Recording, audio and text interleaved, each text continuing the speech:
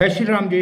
श्रोताजनों, आज की हमारी वार्ता के विषय इश्क में आप सभी श्रोताजनों का हार्दिक स्वागत एवं अभिनंदन है।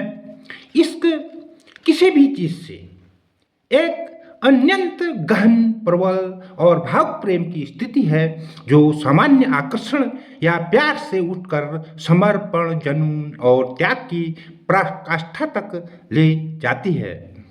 इसमें इतनी प्रबल आसक्ति रहती है कि जिस किस भी चीज से इश्क है वही सबसे प्रिय हो जाता है, उसके अलावा कुछ भी नहीं।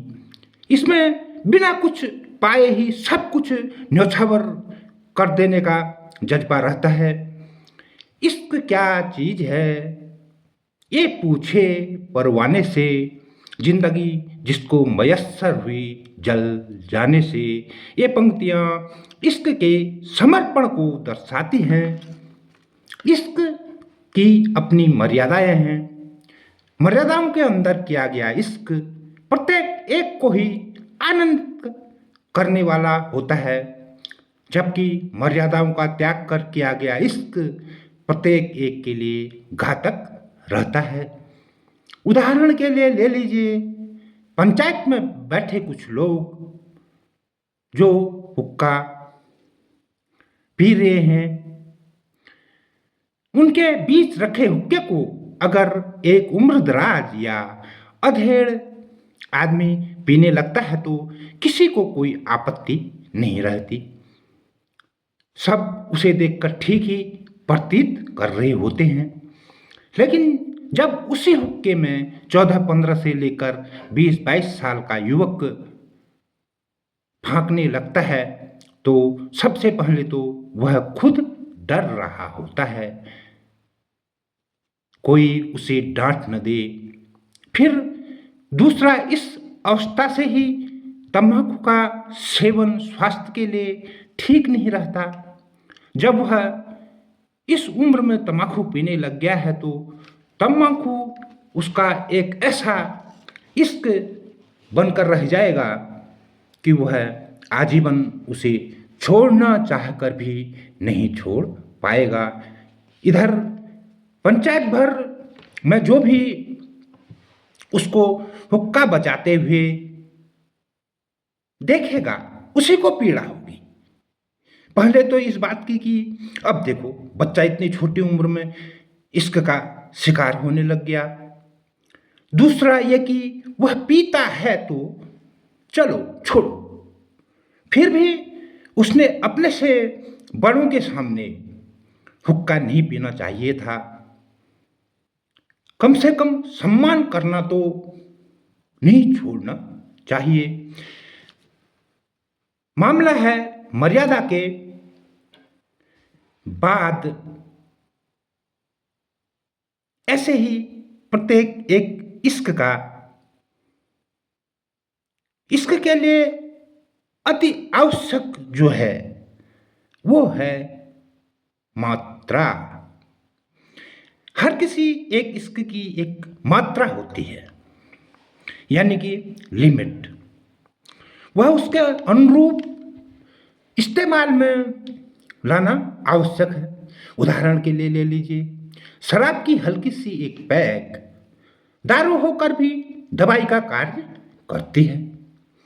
अगर अपनी उम्र के अनुसार उसका मानक देखकर, जैसे कि एक परिपक्व अवस्था के व्यक्ति के लिए एक हल्की सी पैक दारू सुनिश्चित इसलिए दवाई का काम करती है क्योंकि आदिकाल से दारू दवाई शब्द का यह मेल इस बात को प्रमाणित करता है कि दारू की जो मात्रा दवाई की होती है वह सुनिश्चित रूप से दवाई का कार्य करती है।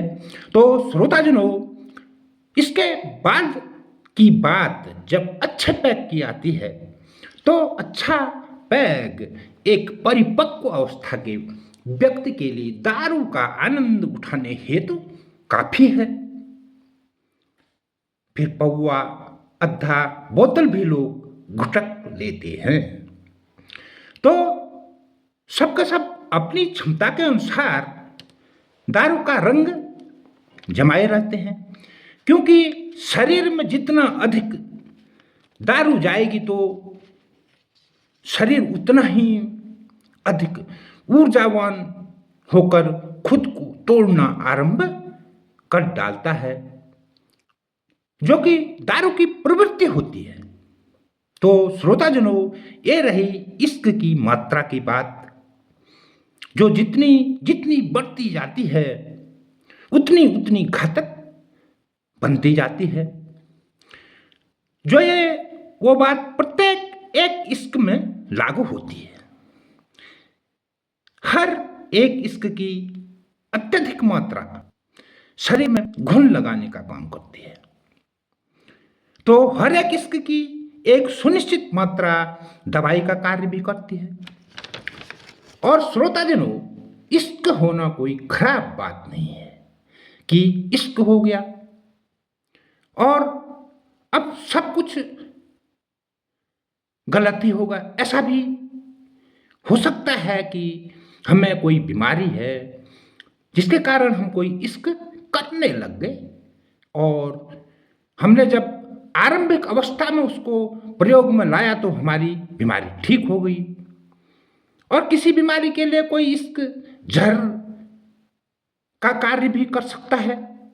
इश्क होना आरंभ होने से ही हमें अपनी वस्तु स्थिति को देखने के साथ ही अन्य और भी लाभ हानि का विचार करके इश्क को स्वीकारना चाहिए, अर्थात उसे करना चाहिए। इश्क के संदर्भ में मर्यादा और मात्रा का ज्ञान रखना भी अति आवश्यक है, ताकि हम किस भी इश्क को कर रहे होते हैं उसके कुचक्र में न पिस कर उससे लाभ अर्जित कर सकें। देखिए, यहाँ जो अति शोचनीय विषय इश्क के संबंध में है वो जो है इश्क किन अवस्थाओं में होता है। तो श्रोताजनों, इश्क होना तब आरंभ होता है जब उस चीज के प्रति आकर्षण और भावनात्मक जुड़ाव बढ़ने लगता है। व्यक्ति को महसूस होने लगता है कि उस बात से उसे उस चीज की सुरक्षा प्रदान होती ही होती है। साथ ही बार बार उन चीजों के मेल में आना जिन किन चीजों से हम इश्क कर बैठते हैं, ये सब चीजें इश्क होने के मूल कारणों में से एक हैं। इश्क कब हो बैठा और हम कब उसके आदि हो गए, यह सोच समझ पाने की शक्ति इश्क होने से पूर्व ही गायब हो जाया करती है, जिस कारण भी हम अनचाहे इश्क के चुंगल में भी जा समाते हैं। श्रोताजनों, जब इश्क की बात हो रही हो तो इससे बचने का उपाय जानना हर एक की भावना होती है। तो श्रीमान जनों, माताओं, बहनों, इश्क से बचने का एकमात्र कारगर उपाय यह है कि जब हमें इश्क अपनी तरफ आकर्षित करता है, उस परिस्थिति में जब हम उससे घृणित हो बैठते हैं, तब वह इश्क हमें कभी भी आजीवन अपने खराब चुंगल में नहीं ले सकता है। हाँ, हम कभी उसके चुंगल में आ भी जाएंगे तो बस दवाई के स्वरूप भरी हम उसका उपयोग करेंगे। तो श्रोताजनों, आज की हमारी वार्ता के विषय इश्क के संबंध में इतना ही। हमारी आगे पीछे की ज्ञानवर्धक वार्ताएं सुनने हेतु फॉलो जरूर करिएगा।